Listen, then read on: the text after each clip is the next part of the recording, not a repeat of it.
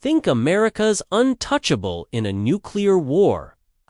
You might want to sit down because you're already in the blast zone. The U.S. spends more on nuclear maintenance than Russia did on its entire military before invading Ukraine, giving Americans a false sense of security. But as global tensions rise, the truth is grim. Russia and China have nukes aimed at various parts of the U.S., so how long would you survive, depending on where you live? The United States can be broken down into 5 key regions: the Pacific Coast, the Great Plains, the Midwest, the South, and the Northeastern Seaboard. These aren't just geographical zones. They're the backbone of America's military, economic, and political power. And in the event of a nuclear war, they become the most valuable land, most vulnerable targets. And that's where nuclear targeting strategy comes in. There are 2 main approaches to this: counterforce and countervalue. If you've ever wondered why Russia and the US and soon China field an insane number of nuclear weapons, you're about to find out. Counterforce targeting isn't about hitting cities. It's about taking out the enemy's ability to fight back. That means going straight for nuclear infrastructure, things like missile silos, air bases, submarine pens, and mobile launchers. For example, the United States has Russia's fixed nuclear silos locked in as targets. But it also targets Russia's mobile missile systems. And that's a lot of targets. But it gets worse. Both the US and Russia don't just want to destroy enemy silos. They want to annihilate them all, and fast.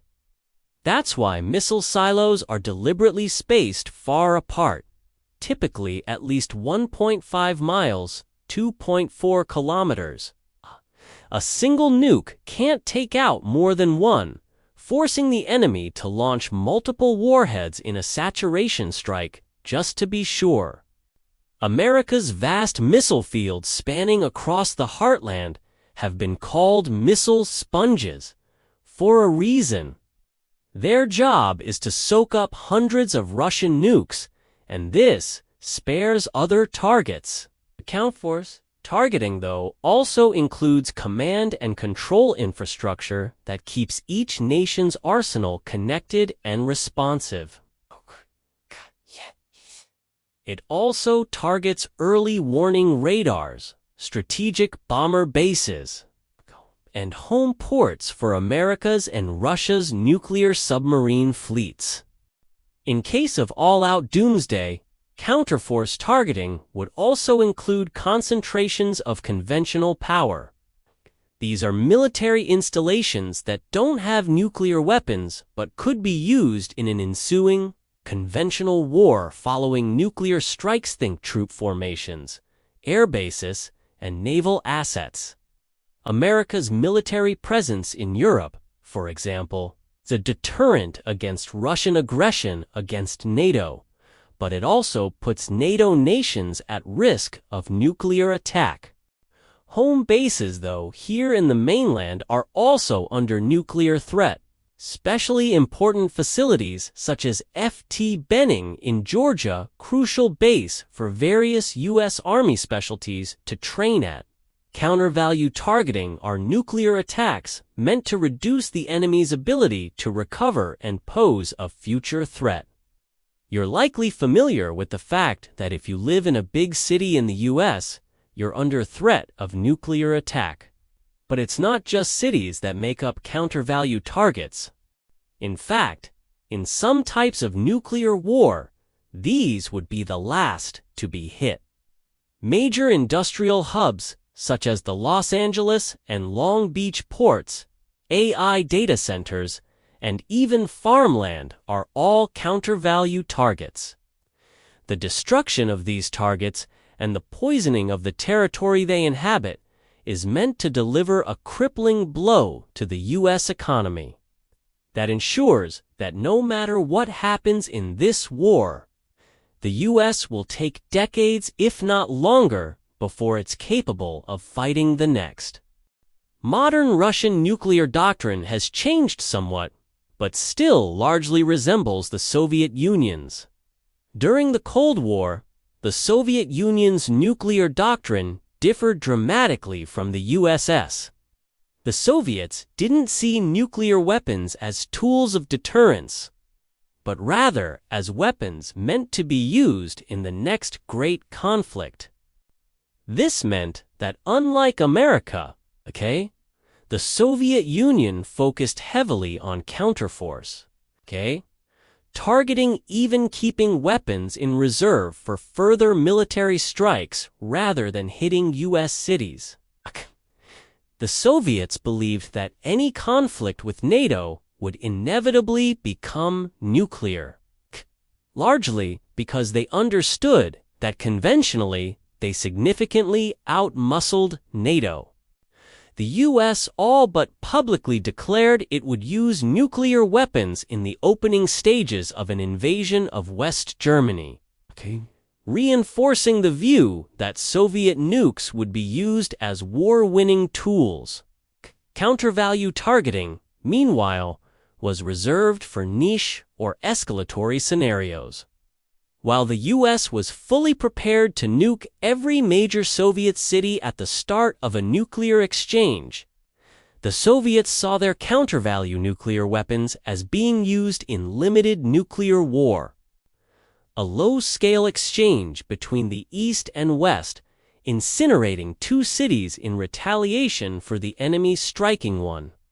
It was hoped that escalation would allow both sides to achieve political objectives without breaking out into a full doomsday war.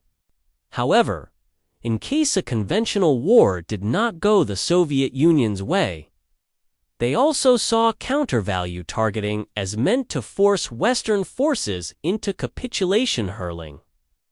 Nuclear weapons at cities in order to crush the civilian population's will to continue fighting.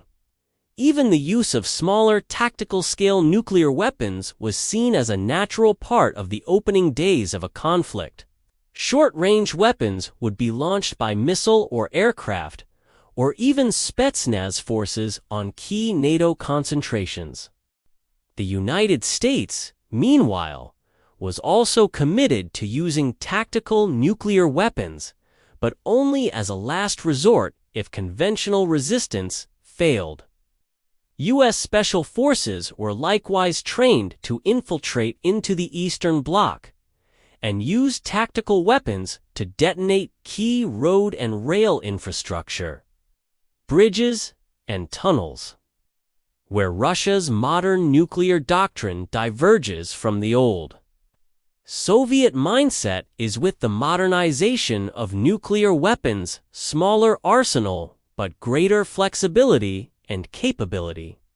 Given Russia's ever-weakening geopolitical position, the nation has also adopted an escalate to de-escalate strategy. It's the idea of using limited nuclear strikes to freeze a conventional war that Russia knows it can't win by traditional means, rather than waiting for nukes to fly on both sides. Russia might go nuclear first, not to win outright, but to force the enemy into backing off. With the ever-expanding fleets of fifth-generation aircraft amongst NATO forces, it's easy to see why Moscow puts less trust in its aging conventional forces and more faith in its warheads. But if the gloves come off, it's game over for everyone. First up is the Pacific, stretching from Mexico all the way up to the Canadian border. America's western seaboard is of critical military and economic importance, which is why it'll face severe nuclear wrath in case of all-out war. In California, you have the all-important cultural and economic centers of Los Angeles, San Diego, and San Francisco. The Bay Area is a prime target due to its high concentration of tech companies, which have become as strategic a target in the modern age as traditional industry. Los Angeles is important for its population, its cultural significance due to Hollywood, and the Los Angeles and Long Beach ports, which account for as much as a third of all U.S. imports, depending on the year.